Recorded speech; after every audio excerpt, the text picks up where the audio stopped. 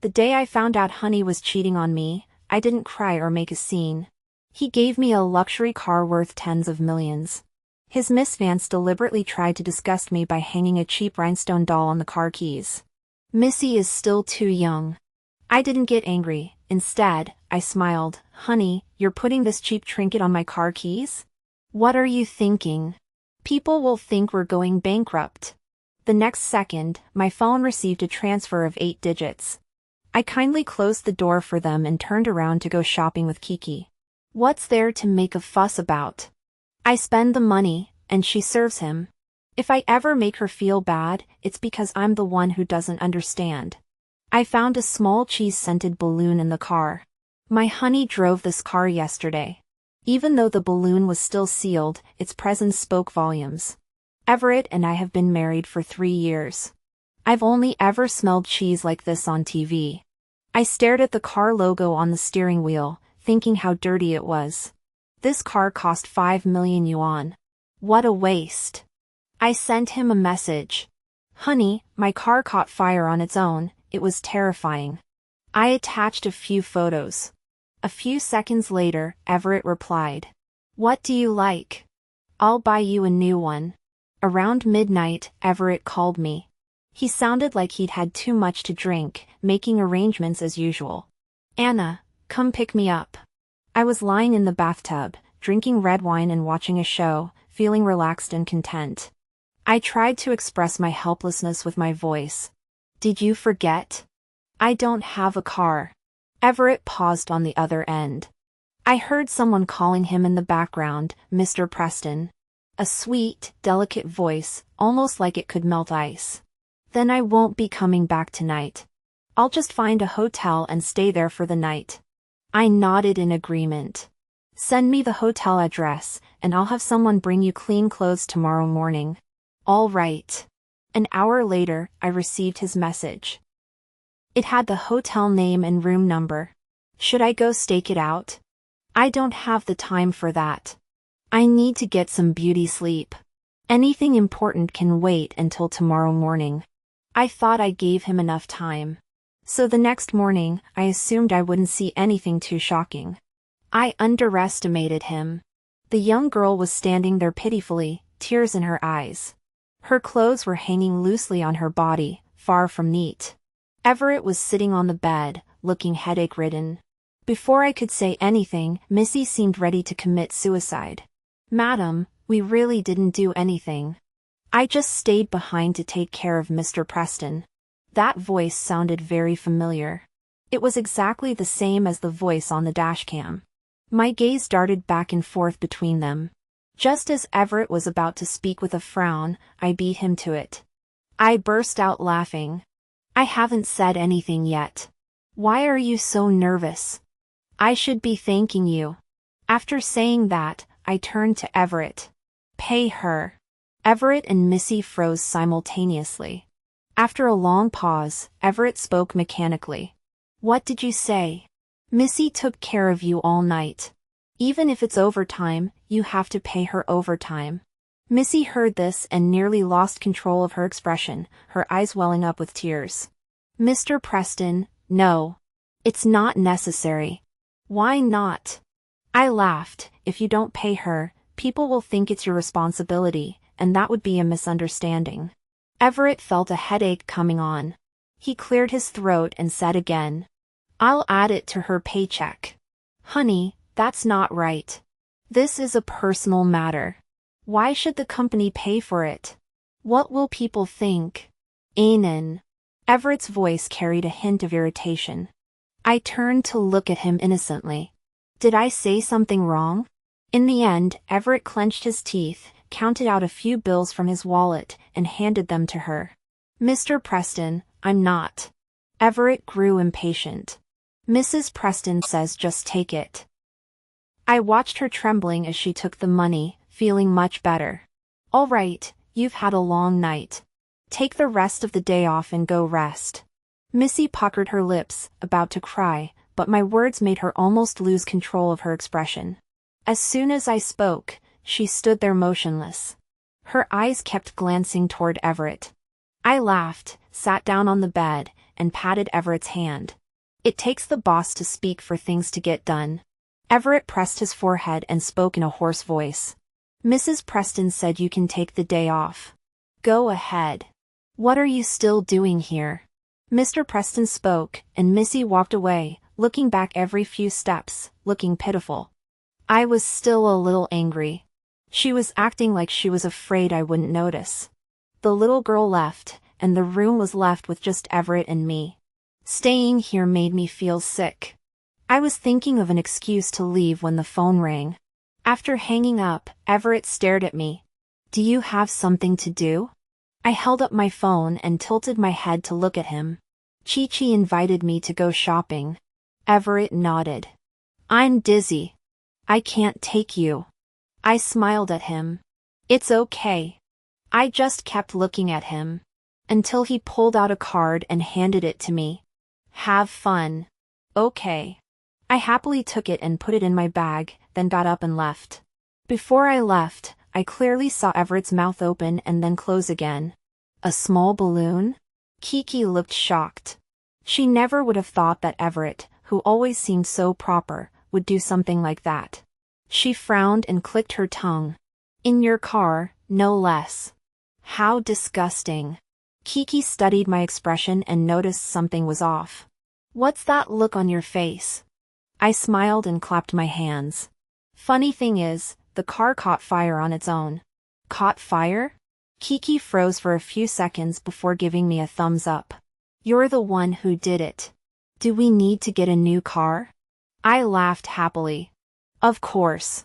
Kiki angrily suggested, pick the newest and most expensive one. After laughing together, she still seemed a bit worried. Are you going to divorce him? Of course. She quickly pulled out her phone from her bag. I have a super reliable lawyer. I'll introduce him to you. I waved her off. I don't need a lawyer yet. You don't need a lawyer? Kiki looked at me like I was an idiot. Aren't you afraid he'll rip you apart? I casually crossed my legs. I'm not some high-end mighty female lead in a novel. Before the divorce, I need to stir things up like Sun Wukong. I need to make him feel as disgusted as he's made me feel. When I got home in the afternoon, I kept watching the footage from the dashcam. I wondered what use this thing would be. It's useless for anything else, but it can prove Everett's innocence. They didn't do anything. But it hurts me even more. I have OCD, especially when it comes to relationships. Everett and I dated for 7 years and were married for 3. I can't tolerate any impurity in my marriage. I'm not the best person either. I can accept a clean break, but I can't accept a mistress in my marriage. I played that video over and over again. I didn't know what I wanted to hear, but the more I listened, the colder my heart grew. His voice on the dashcam was so gentle it could melt water, but it felt like a knife stabbing my heart. The girl's voice was soft and delicate, with a cry that could break any man's heart. Mr. Preston, it's my fault. I shouldn't have overthought things. Everett sighed softly. In the end, he couldn't help but whisper, don't cry. You'll look ugly if you cry. He had never spoken to me like that before. He looked at me with the coldness of an ice cube. He said he loved me, but our emotional world was as cold as if we were living in the Arctic. He had always respected me, been restrained and polite, even in bed. He had never taken the initiative. When we first got married, because we were young, I couldn't see any signs of love in his eyes. So I asked him, do you really love me? His expression didn't change, and his voice was very restrained. If I didn't love you, I wouldn't have married you. There's no need to question that. When you're young, you're full of vitality, and your mind is no exception, it's always brimming with emotions. I believed him. I thought he was just that kind of calm person. But he clearly could be gentle and know how to comfort someone. Thinking about this, I felt a bit overwhelmed. All right, call it jealousy. I just want a divorce. I reaffirmed my decision. No matter how clean their relationship was, it didn't matter. On the 3rd day after deciding to divorce, I was at home picking out a car that would make Everett wince at the price. But the car had already been delivered to my doorstep. It was the exact model and color I had been eyeing for ages. It would cost at least 8 figures. At the time, I thought it was a bit pricey, especially for a newbie like me. The delivery staff handed me the keys with a respectful bow. "Mrs. Preston, Mr. Preston instructed us to deliver this to you. All the paperwork has been taken care of." I took the keys, but the cartoon character on the keyring was so bright it almost blinded me. It was a fully diamond-encrusted Hello Kitty. I held it up to the sunlight, fascinated by how it sparkled. But no matter how much it shone, it couldn't hide its cheap, tacky vibe. After all, it was just plastic rhinestones. Not even as good as some fake crystals. I spoke slowly. "Was this also instructed by Everett?" The staff member scratched the back of his head. "This was brought by Missy, who came today to run errands for Mr. Preston. She said the lady likes it, so it must also be Mr. Preston's intention." He continued to flatter, "Mr. Preston is truly meticulous, remembering even the lady's little preferences. It's truly enviable." "Missy? How interesting." This Missy added a piece of mouse droppings to my fancy meal. So nosy, she must have been unable to hold back. After the driver left, I took out the documents from the folder. My name was on them. An hour later, I drove to the company. I saw Missy from the hotel last time outside Everett's office. Her gaze fixed on the car keys in my hand. I smiled and greeted her. "So you're Everett's new secretary. No wonder I haven't seen you before." I spoke, and she had to stand up. "Good afternoon, ma'am. I'm Vanessa." "Vanity?" I looked at her in surprise. Which 2 words? I could sense her biting her teeth tightly. A faint voice squeezed out from between her teeth. "It's Rome from Yen Wu Su, meaning beauty." I feigned a look of sudden understanding. "Oh, I see. You really live up to your name." Missy's face turned red from her neck to her ears. I patted her shoulder. Working alongside Everett must be tough. Mentioning Everett, Missy broke into a vibrant smile. "It's an honor to work for Mr. Preston." I smiled knowingly. "All right, I'll go find Everett." Everett didn't seem surprised by my arrival. He even had a polite smile ready on his face. It was as if he knew I was coming. It was also as if he knew why my car had suddenly caught fire. After all, he had driven over so quickly. So quickly that it made me think he was feeling guilty. I waved the car keys at him.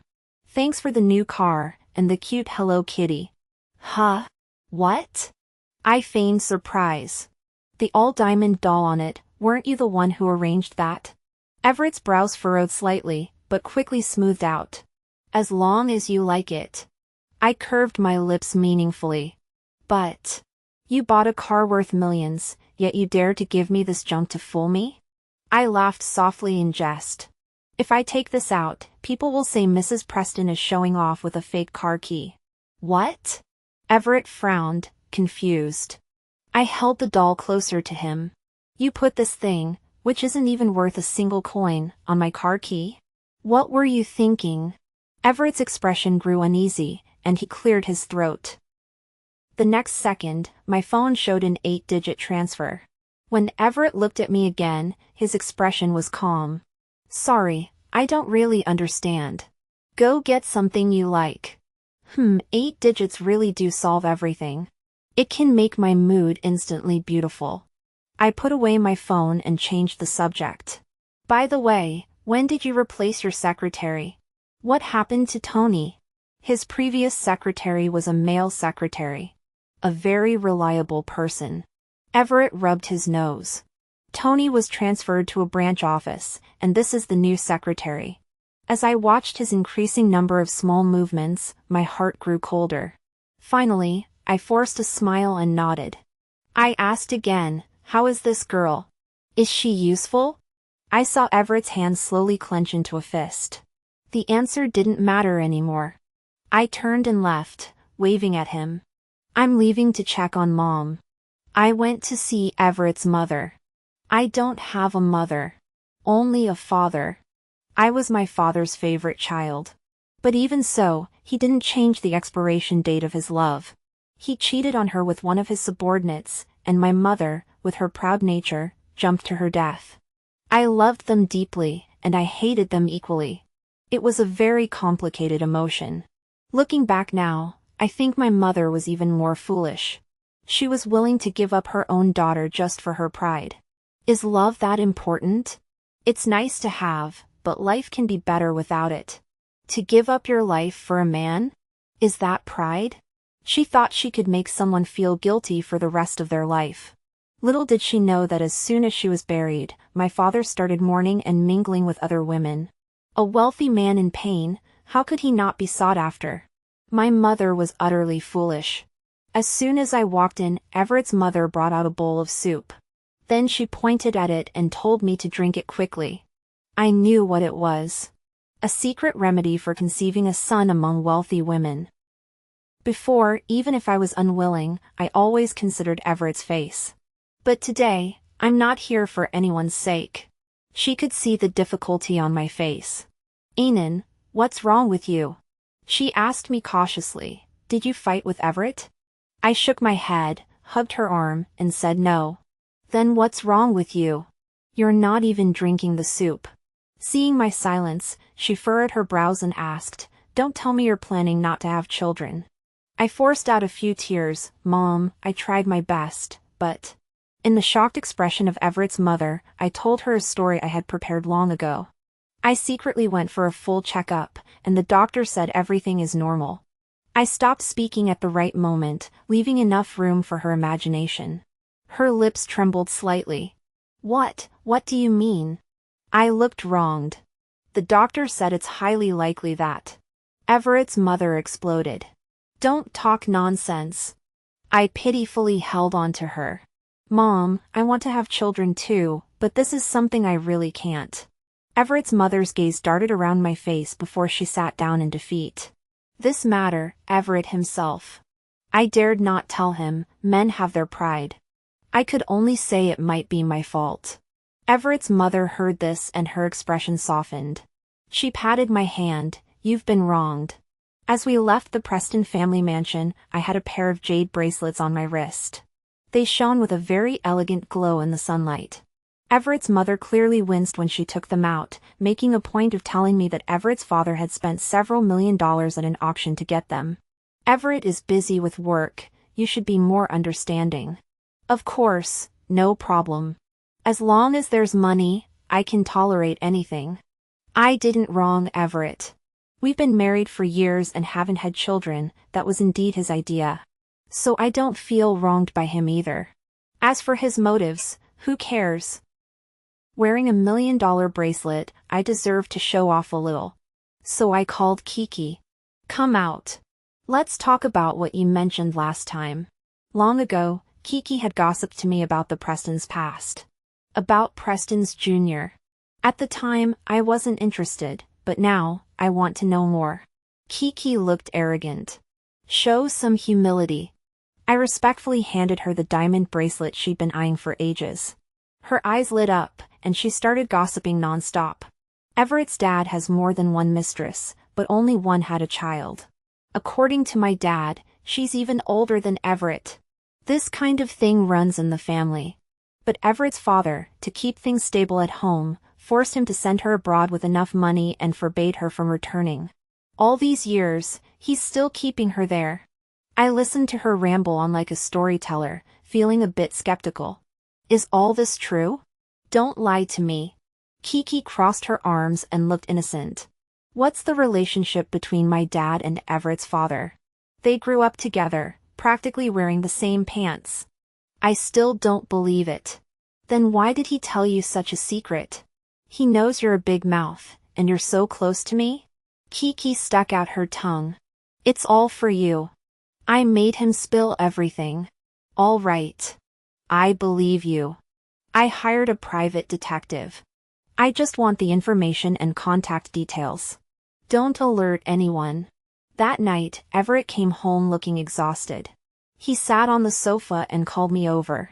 I'm going abroad for a few days. Can you help me pack my luggage? I agreed as usual, sure. Then I asked him, are you alone? Will the driver pick you up, or should I take you to the airport? He shook his head, then seemed to think of something and selectively answered my question. Alright, thanks for getting up early to take me to the airport. In the middle of the night, Everett was asleep, but I couldn't sleep. I went to the kitchen for a drink of water and passed through the living room. Seeing Everett's suitcase by the entrance, I suddenly felt compelled to open that Pandora's box. I had packed it, but he had taken it out himself.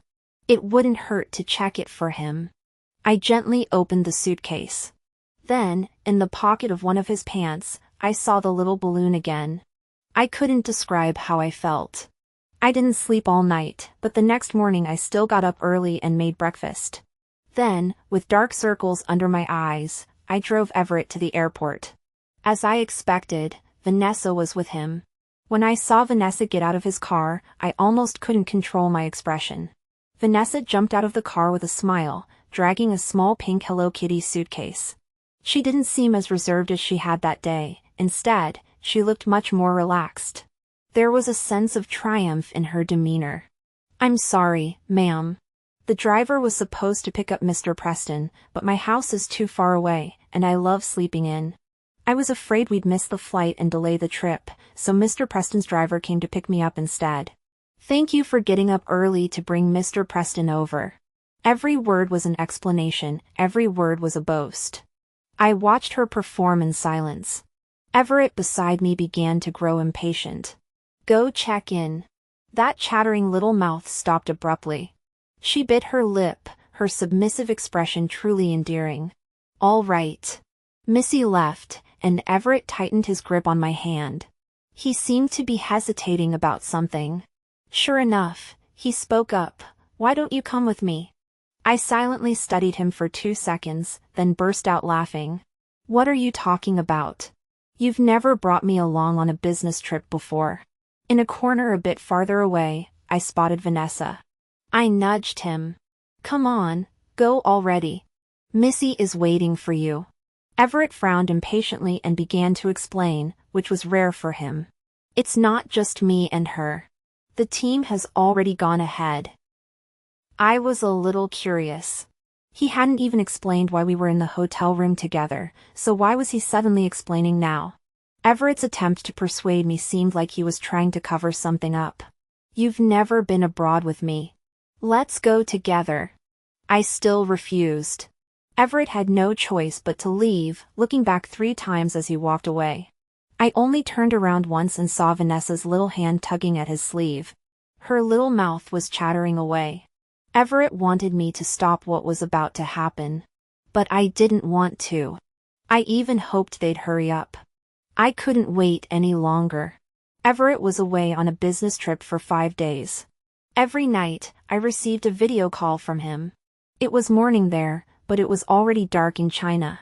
"I know you like to sleep in the morning, so I can only call you at this time." He seemed stubbornly determined to prove something, and I could only play along and act affectionate. I knew what he was doing. He was signing a cooperation agreement with a foreign company.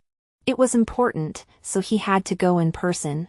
The CEO of that company had visited China before, and we had hosted him together. During the banquet, Everett fully demonstrated his gentlemanly consideration for his wife. When he returned, I teased him about how unusual he was, asking if he had drunk too much.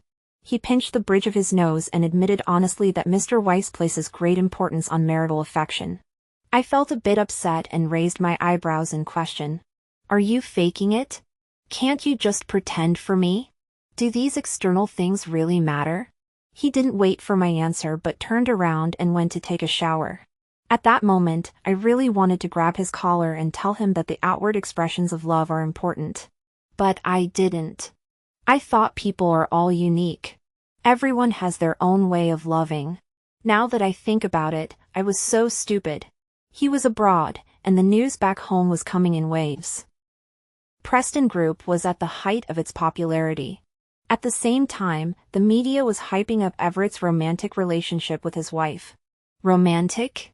It's as disgusting as a pile of shit. I set all related content to stop notifications. Only then could I find some peace. A few days passed in relative calm until the day before Everett was supposed to return. He sent me a message asking me to pick him up at the airport. I really wanted to laugh. In 3 years, he'd never been this clingy. Something was definitely up. But I went anyway. After all, I had to keep up appearances. I stood at the arrival gate with sunglasses on and surrounded by media, waiting for Everett to come out. By his side was Vanessa, smiling like a flower. At that moment, I couldn't help but marvel at how wonderful it was to be young. After all those days of intense work abroad, she still looked as radiant as a sunflower. I'd like that too. But I used to be like that too. It's Everett, the old icebox, who froze me out. As I was thinking this, he had already walked up to me. My empty hands might have made him feel a bit awkward. He probably thought there should be a bouquet of flowers. Before the reporters could surround us, Vanessa pulled out a rose from her handbag. She handed it to me with a smile. The lady must have been too excited and forgot to buy flowers. I'll lend you this rose for now. This is a rose carefully cultivated in California. Mr. Preston bought it, and it's the only one. I didn't take it. She lowered her head, and her scarf fell open at the right moment. It revealed dark red spots on her fair skin. She fumbled around awkwardly, trying to cover them up, and gave me an apologetic smile. But I saw the pride in her eyes. I just curved my lips slightly and looked up at Everett. Do you need it? Everett didn't take his eyes off Vanessa. His arm wrapped around my shoulders. In front of the media, he showed a rare gentle smile. You coming to pick me up is the best gift I could ask for. Saying this, he pulled out a small box from his suit jacket and handed it to me. A gift. Under the journalist's urging, he opened the box, revealing a pink diamond ring inside. This ring symbolizes our unique love. He took my hand, but noticed that the wedding ring that should have been on my ring finger left only a faint imprint. He looked up at me in surprise, but I continued to smile brightly. I knew what he wanted to ask, but the media was swarming around us. He quickly slipped the luxurious pink diamond ring onto my ring finger. A reporter asked, Mr. Preston, what do you have to say about the successful signing? He held my hand and looked into the camera with a loving expression. I want to thank my wife for her support and understanding. I felt like vomiting. Of course, it wasn't because I was pregnant. It was pure nausea.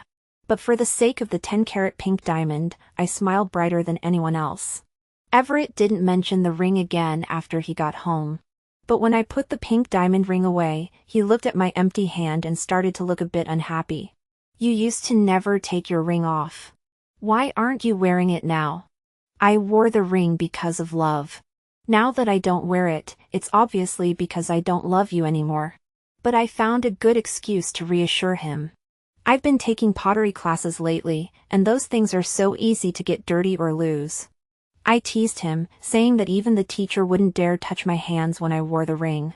Everett raised his eyebrows slightly, seeming a bit skeptical. When did you become interested in pottery? I looked up at him. I've always liked it, but I only started recently.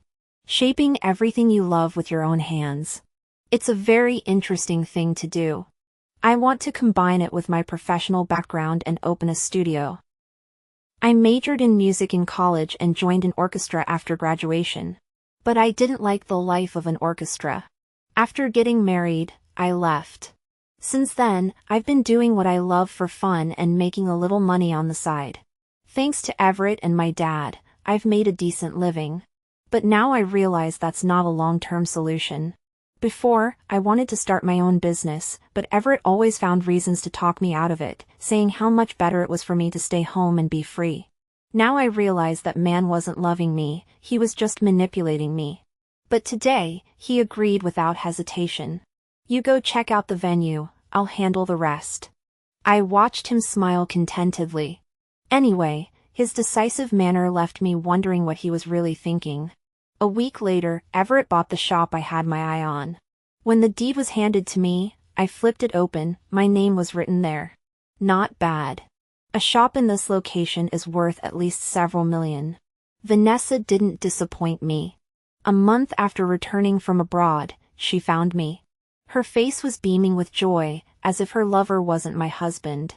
It looked like I was her mother, and she was sharing the joy of her pregnancy with me. Mrs. Preston, I'm 1 month pregnant. I raised my eyebrows at her, almost laughing out loud. Miss Sue, I think you might have chosen the wrong person to share this with. Vanessa's little face was full of stubbornness. This is Mr. Preston's child. So what? I laughed out loud. It's not my child. Why are you telling me? Mrs. Preston, I'm with Mr. Preston. Before she could finish, I cut her off. What you're doing with Mr. Preston is none of my business. You can go tell the whole world about your affair and your pregnancy. But I'm not interested. I grabbed my bag and turned to leave, but Vanessa called after me, unwilling to give up. He said he never loved you. What kind of Mrs. Preston are you? He gave me roses. Did he give you any? I turned around and looked at her in disbelief. It's already autumn, how can you still be so naive? He never loved me, he loves you, are you satisfied now? I crossed my arms. Missy, you have roses, but the house is mine, and the diamond ring is mine. I saw nothing but contempt in her eyes. As for your roses, they're also joint property of our marriage. I'm willing to let you have them if you steal them from between my fingers. I'm not happy. I can make you give them back. The smile on my lips grew wider, even if it was just for a single rose. I grabbed my bag and left. At the same time, I ended the call with Everett. I didn't go home, I went straight to the new house I'd bought. A month was enough time to decorate it the way I liked. That night, my phone kept ringing. Everett must have come home and seen the divorce agreement I'd left on his desk. The terms weren't equal. What I wanted was more than what he'd imagined. Money! That's money! Who doesn't like money? The other evidence didn't matter. I only sent him a recording of today's conversation with Vanessa. If you don't want to part ways amicably, then let's make it known to everyone. Maybe no one cares about a man cheating. But his business partners certainly do. If this scandal is mishandled, I think the heir to the Pay family will have to be replaced. Everett still found my new place in the middle of the night. I got up and checked the security camera at the door, finding it a bit amusing. Through the camera, I saw him standing there from 2 a.m. until 10 a.m. when the sun was high in the sky. I leaned against the front door and looked at him. Mr. Preston, aren't you tired? Everett hadn't slept all night, and his stubble was growing wildly on his chin. Like a dirty Pekingese dog. After not seeing him for a night, it felt like ages. His voice was hoarse as he struggled to speak. There's nothing between me and her. I heard the biggest joke of the century. Then her child is mine? Everett fidgeted with his hair in frustration. I don't know whose it is, but it's not mine. I pulled out my phone and enlarged the photo in front of him. You mean this thing in your suitcase was packed by me, your devoted wife? Everett looked at the photo, clenching his lips tightly. I brought it, but I didn't do anything. I laughed so hard I ended up crouching on the ground. It took me a while to catch my breath. I looked up at him. Don't you think that's funny? I admit I felt a spark with her, but I've never done anything to hurt you. I stood up abruptly and slapped him across the face. Seeing his face turned by my slap, I suddenly felt the urge to do it again. I raised my other hand and slapped him again. Looking at the two bright red handprints on his cheeks, they were symmetrical. That feels better. We've been married for 3 years and known each other for 10, and I've never laid a hand on him before. These 2 slaps will settle everything. I won't sign the divorce papers, Anan. I've always loved you. She only gave me a fleeting sense of novelty. I promise, I wanted us to part ways amicably. But the way he spoke made me lose all respect for him. She's novel? What about me? Am I not novel anymore? Am I a dried-up corpse? Everett refuses to divorce. I saw this coming. Anan, I love you. How can you believe me? You love me? Everett's eyes turned red, looking even more miserable than me, the one who was betrayed. I'll give you anything, just don't divorce me. Anything? I laughed. Once the water drains from my brain, I'm no saint. All right, let's see your sincerity. Over the next week, lawyers kept coming with agreements for me to sign. This is the deed of gift for 2 villas on Sunset Boulevard. You just sign, and we'll handle the rest. This is the deed of gift for 19 commercial properties, including the Chrysler Building. One after another, he was expressing his sincerity. I signed without hesitation. Since he was giving it all, I would take it all. Once everything was settled, I returned to Everett with the divorce agreement. Everett had lost weight, but what did that have to do with me? Everett frowned at me. Anan, I won't sign it. After I returned home, I received a call from my father. He sounded like he was trying to reason with me, but every word was like a knife to my heart. Anan, Everett says he didn't do anything. Why can't you let him off the hook? Did your father spoil you too much? Can you just say you want a divorce like that? I laughed coldly. They're all the same. To outsiders, they seem to spoil me rotten. But how did they treat me behind my back? Spoiling me was just their way of compensating me. One cheated and killed my mother, so they raised me like a princess. The other claims he didn't cheat, but did all sorts of unusual things to make up for it. I angrily threw my phone. You're the ones who wronged me, not the other way around. Everett still refused to sign, but he didn't come looking for me either. As far as I know, his family is in complete chaos now. Everett's father is an old-fashioned man. He jumps to conclusions easily. Upon hearing that Everett was no good, he feared the Prestons would have no heir. So he openly brought Junior back from abroad, intending to have him recognized as the heir. Everett's mother has been proud all her life, always boasting about her happy marriage. In the end, she found out that her honey had already had an affair and had a child before they were even married. Naturally, she couldn't accept it and caused a huge scene at home. Everett must be in a terrible state now. It's been a month since we last met. He looks several years older. Gone was his former arrogance and sternness. He handed me a paternity report. After 10 years, he spoke to me patiently for the first time, his voice gentle and humble. That's not my child. Nothing happened between us. That night abroad, I was drunk, but I clearly remember holding back. We didn't go all the way. That child was conceived because she couldn't accept losing me and found someone else. I haven't wronged you. I smiled in relief. I believe you. A glimmer of light seemed to flicker in Everett's eyes. But it was quickly extinguished by my words. But we can't go back. I've never seen you be so gentle with her before. Even if I'm jealous. Your mind is already filled with someone else, so I don't want you anymore.